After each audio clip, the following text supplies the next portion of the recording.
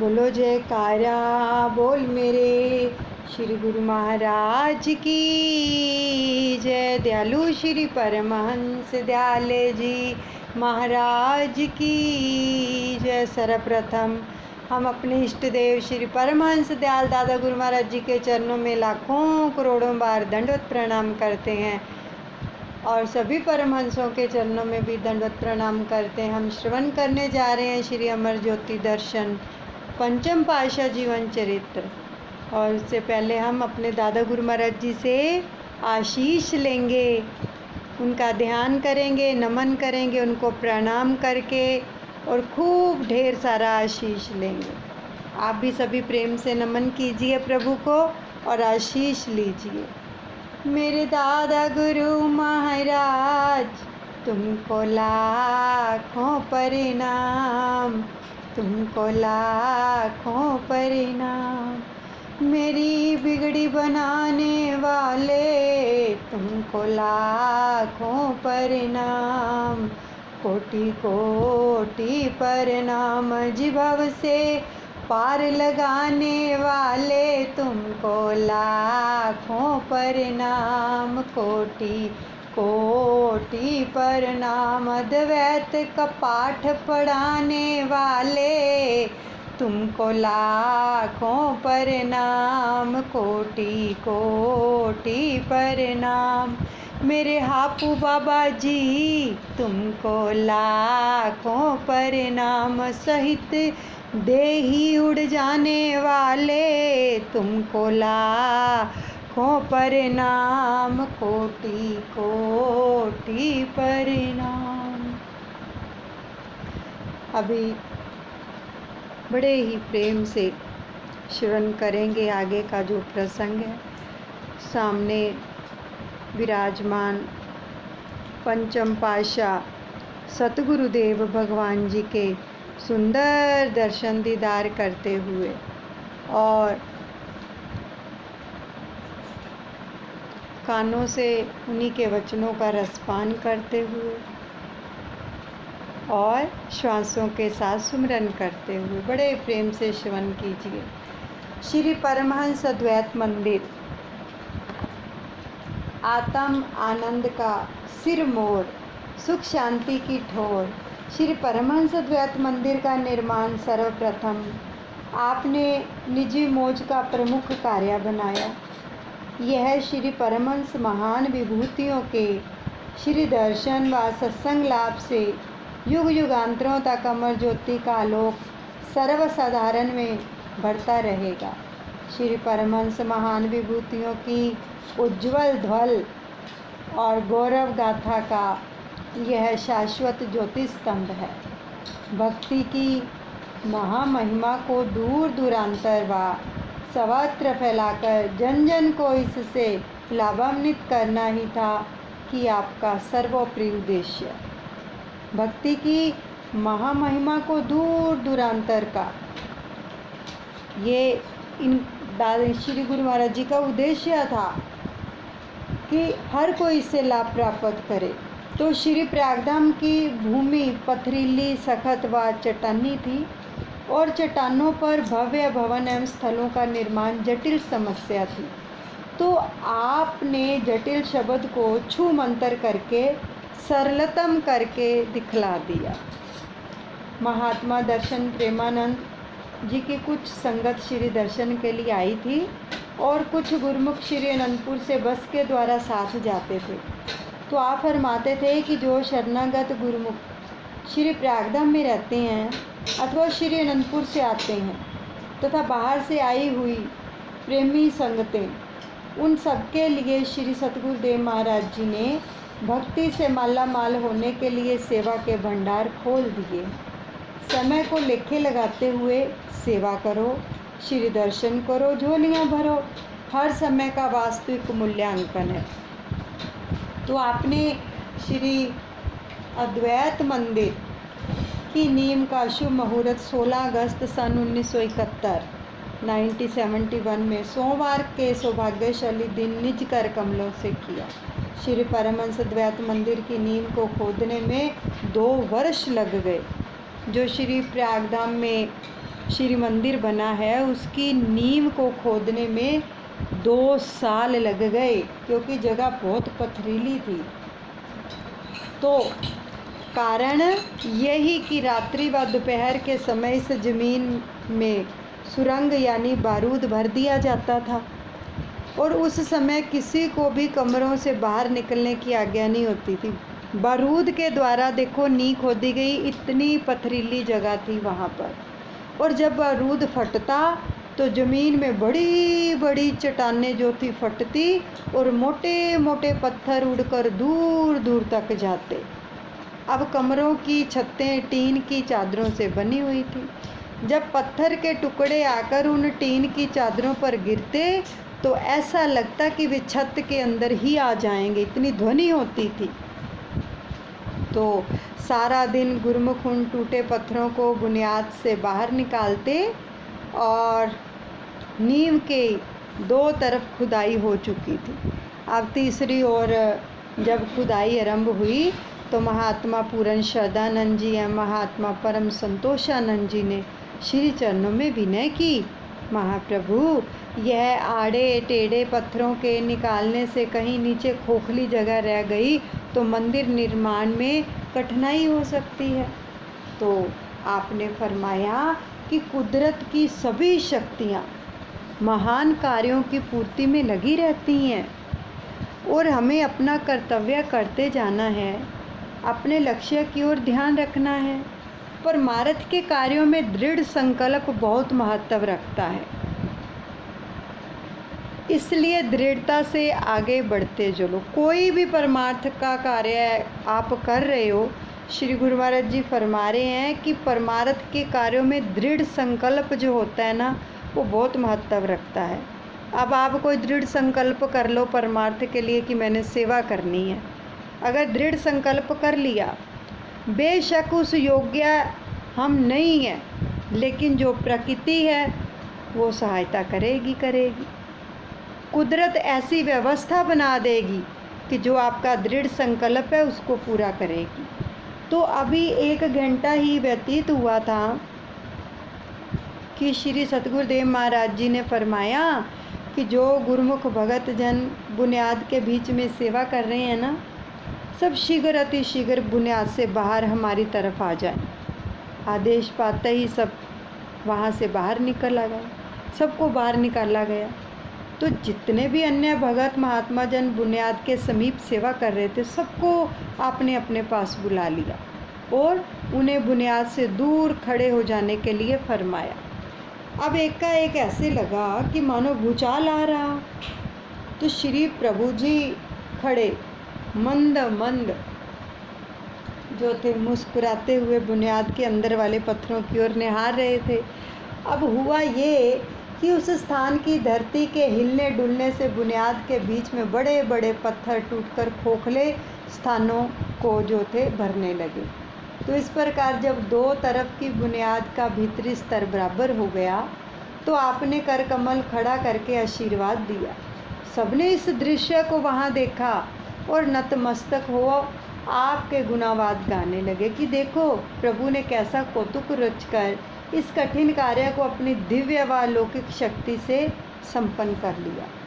तो दोनों महात्मा जन जिन्होंने पहले विनय की थी कि जगह खोखली रह जाने के कारण मंदिर बनने में कठिनाई हो सकती है, तो उसी समय उन्होंने श्री चरणों में आकर विनय की कि हे प्रभु, आप स्वयं सब कुछ करन करावन हार हो और कहते हो कि कुदरत सब करती है, तो आपकी शक्ति और अद्भुत करिश्मे की इस अद्भुत झलक को हमारी तुच्छ बुद्धि समझ पाने में असमर्थ है।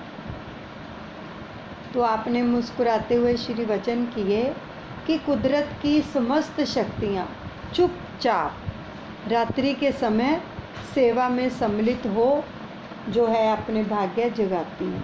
परमार्थ के कार्य में रिद्धियाँ सिद्धियाँ देवी देवता सब सम्मिलित रहते हैं। यह तो गुरुमुखों को पूर्व जन्मों के पुण्य से महापुरुषों की दुर्लभ संगति का संयोग मिल गया है। ऐसे ऊंचे दरबार में परमार्थ की महान सेवा करने का सुअवसर प्राप्त हुआ है, तो इस सुअवसर से लाभ उठाना ही जीवन का ध्येय है। सतगुर की सेवा सफल है, जे को करे चित लाए। मन चिंदिया फल पावना, होमे विच जाए। बंधन तोड़े मुक्त होए, सच्चे रह समाए। इस जग में नाम अलग है, गुरमुख वसे मन आए। महापुरुष फरमाते हैं कि जो मन चित्त को लगाकर सतगुरु की सेवा करता है, वही सफलता को प्राप्त करता है। तो उसकी मनवांछित इच्छाएं जो है वो पूर्ण हो जाती हैं और अहंकार का नाश हो जाता है। सभी बंधनों से मुक्त होकर वह मोक्ष को पा लेता है, अर्थात परमात्मा से एकाकार हो जाता है। इस संसार में सबसे दुर्लभ वस्तु नाम है, जो गुरुमुखों को अपने सतगुरु की सेवा से सहज में ही प्राप्त हो जाता है। तो इसलिए गुरुमुखों का यह कर्तव्य हो जाता है कि वे अपने समय को सेवा में सकार्थ करें। श्री वचनों में सेवा के महत्व को जानकर सभी गुरुमुख सेवक जन और बाहर से आई हुई जो संगत थी, आपकी देखरेख और रहनुमाई में दिन भर श्री मंदिर के निर्माण कार्य में जुटी रहती थी। तो भगत सतपाल जी जो पायलट थे, श्री सतगुरुदेव महाराज जी के चरणों में अगाध प्रेम व श्रद्धा रखते थे। तो उनके मन में हवाई जहाज में से महाप्रभु जी के गले में हार पहनाने की तीव्र उत्कंठा उत्पन्न हुई। अब श्री प्रयागधाम में श्री मंदिर के निर्माण के समय उन्होंने श्री चरणों में विनय की कि हार्दिक अभिलाषा को प्रकट किया। तो आप मुस्कुराए और फरमाया कि कभी कभी भगवान भी भक्तों के प्रेम के बंधन में बंध जाते हैं और उन्हें उनकी भावनाओं को पूरा करना ही पड़ता है। तो आपकी प्रबल आस्था और इच्छा अवश्य ही पूर्ण होगी। तो श्री सतगुरुदेव महाराज जी के चरणों में कोटि कोटि आभार प्रकट करते हुए उन्होंने समय और स्थान को निर्धारित किया और पुनः श्री मंदिर की छत पर जाकर सारे स्थान का निरीक्षण किया। तो महाप्रभु जी का जो मंद मंद मुस्कुराता हुआ मुखमंडल, नुरानी नयनों से छलकता हुआ नूर और अंतर मानस में अपूर्व उल्लास, ऐसा लगता था कि मानव आत्मा से परमात्मा का मिलन हुआ है। तो आपकी अकारण कृपा को पाकर उनका हृदय गदगद हो उठा और श्री आज्ञा पाकर वे वापस लौट गए। तो वह सुहाना समय और सुहानी घड़ी भी आ पहुंची। भगत जी ने विमान में बैठकर श्री प्रयागधाम की परिक्रमा की और आप भी छत पर विराजमान हो गए और आकाश की ओर देखने लगे। उधर भगत जी ने श्री मंदिर जी की कई बार परिक्रमा करते हुए अपना ध्यान विराजमान प्रभु जी को केंद्रित करते हुए उनकी ओर थोड़ा नीचे की ओर जहाज झुकाया और फूलों की माला को इस प्रकार से नीचे की ओर समर्पित किया कि वह फूलों का हार सीधा ही आपके गले में ऐसे आया कि जैसे कोई दोनों हाथों से हार को पहना रहा हो। देखो, जो प्रेम करते हैं अपने प्रभु से, उनकी अभिलाषा को भी प्रभु कैसे पूरा करते। ये कैसा प्रेम था उस भगत का, देखो कि मैंने जहाज के द्वारा और आप मंदिर की छत पे आओ और मैंने जहाज के द्वारा आपको हार पहनाना है।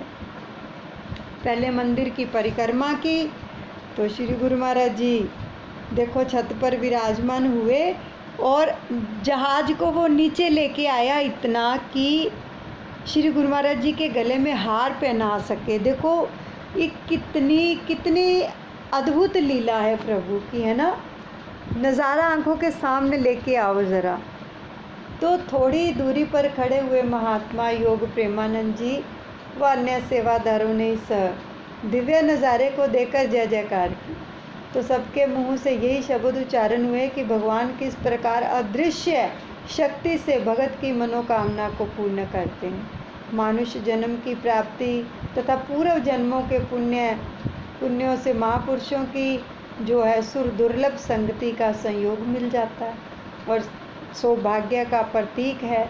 इससे बढ़कर परम सौभाग्य जीव जो है वही है कि जिसमें आत्म ज्योति जागृत होती है। उसके मन में प्रभु दर्शन की चाह और सेवा का सुअवसर पाने की इच्छा उसे भक्ति के पथ की ओर अग्रसर करती है और वह इस लक्ष्य को पाने में जो है सफल हो जाता है। अब श्री परमहंस अद्वैत मंदिर के निर्माण के समय में आपने कई बार गुरुमुख प्रेमी जिज्ञासुओं को यहाँ पर श्री दर्शन एवं प्रवचनों से निहाल किया, तो मनहरण लीलाओं से आनंदित किया कि सब गुरुमुखों को अपने सामने बिठाकर नाश्ता करवाते और भंडारे करवाते और श्री दर्शनों से निहाल करते। तो आपने एक बार यहाँ पर जो थे श्री वचन फरमाए कि कुदरत की ओर से इस जीव को मानुष्य देही प्राप्त हुई है, उसके साथ इसको एक अनमोल पूंजी मिली है जिसके द्वारा ये अपनी ज़िंदगी का भविष्य उज्जवल जो है बना सकता है। वह है श्वासों की पूंजी। इंसान के श्वास जो भक्ति की ओर लगते हैं उनसे उसे सच्ची दात प्राप्त होती है और वह उज्जवल भविष्य को अर्थात परलोक सुधार का कार्य संपन्न कर लेता है। और आम तौर पर जो सब लोग जो हैं इन श्वासों के बदले में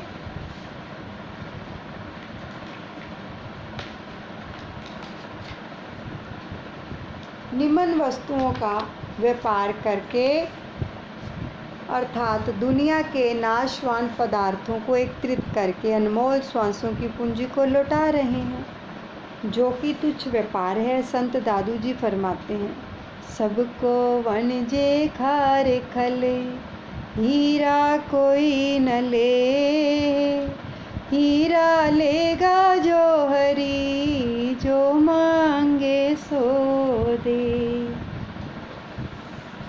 खार खल का दाम 4-5 पैसे है और हीरा लाखों करोड़ों की कीमत रखता है। दुनियावी लोग इस हीरे रूपी अमूल्य श्वासों की पूंजी को तुच्छ पूंजी पर व्यर्थ गवा देते हैं और तन मन धन तीनों ही नाशवान है। यदि नाशवान वस्तु के बदले नित्य वस्तु मालिक की भक्ति मिल जाए तो विचारवान इसे लेने में संकोच नहीं करेंगे, बल्कि खुशी खुशी इसे ग्रहण करने के लिए तैयार रहेंगे। और यह भक्ति हर इंसान के भाग्य में नहीं होती है। पूर्व पुण्य संस्कारों के फल स्वरूप सत्पुरुषों से मिलाप होता है और भक्ति का ऐसा अवसर प्राप्त होता है कि भक्ति करके भगत जो है भगवान से जा मिलता है और यही लाभदायक सौदा है। रामायण में वर्णन है, लाभ की कछु हरि भक्ति समाना, जेहि गावहि श्रुति संत पुराना। भक्ति जैसा लाभ दुनिया में कहीं भी नहीं है। कोई भी वस्तु इसकी समानता नहीं कर सकती। वेद शास्त्र और ग्रंथ की वाणियाँ पुकार पुकार कर कहती हैं कि केवल भक्ति ही सत्य है, बाकी सृष्टि की रचना क्षणभंगुर है और नाशवान है। जो उपजा सो बिन से है, परो आज के काल, नानक हर गुण गाई ले छाड़ सकल जंजाल। संसार में जिसने जन्म लिया है ना, उसकी मृत्यु निश्चित है। केवल मालिक की भक्ति अमर व शाश्वत है। यही इंसान का साथ निभाती और जन्म मरण के चक्र से छुटकारा दिलाती है। अब सुखों के भंडार से मिलाती है। यह ज्ञान और विवेक सत्पुरुषों की संगति में आने से ही मिलता है। फरमान है, ज्ञान अंजन गुरु दिया, अज्ञान अंधेरा विनाश, हरि कृपा ते संत भेटिया, नानक मन परगास। यह जो ज्ञान की रोशनी है, यह सत्संग में ही मिलती है और महापुरुष जो हैं वे ये रोशनी प्रदान करते हैं, जिससे माया का अंधकार दूर हो जाता है और कल्याणकारी रास्ता पाकर जीवन आनंदमय बन जाता है। गुरुमुखों, आपको सत्पुरुषों की सुसंगति का जो ऐसा अवसर मिला हुआ है, क्या यह हर एक को मिलता है? नहीं, जिनके कई जन्मों के पुण्य जागते हैं उन्हें ही ये दुर्लभ घड़ियाँ प्राप्त होती हैं। वे भक्ति का लाभ प्राप्त करके जीवन को खुशहाल बना लेते हैं। तो इस प्रकार महापुरुषों के बख्शे हुए ज्ञान से भक्ति के रास्ते पर चलते हुए गुरुमुख जन अपनी आत्मा का कल्याण कर लेते हैं। जन्मों से बिछड़ी आत्मा अपने मालिक से एकाकार हो जाती है और सही मायने में वे अपने जीवन को सफल एवं उज्जवल बना लेते हैं और महापुरुषों की प्रसन्नता को जो है प्राप्त कर लेते हैं। लगभग 5.5 वर्ष पश्चात यानी सन 1976 1976 में श्री मंदिर परिसर भव्य रूप में निर्मित हो गया और श्री प्रयागधाम की धरती सत्पुरुषों की कृपा दृष्टि पाकर अपने भाग्यों पर इठला रही थी।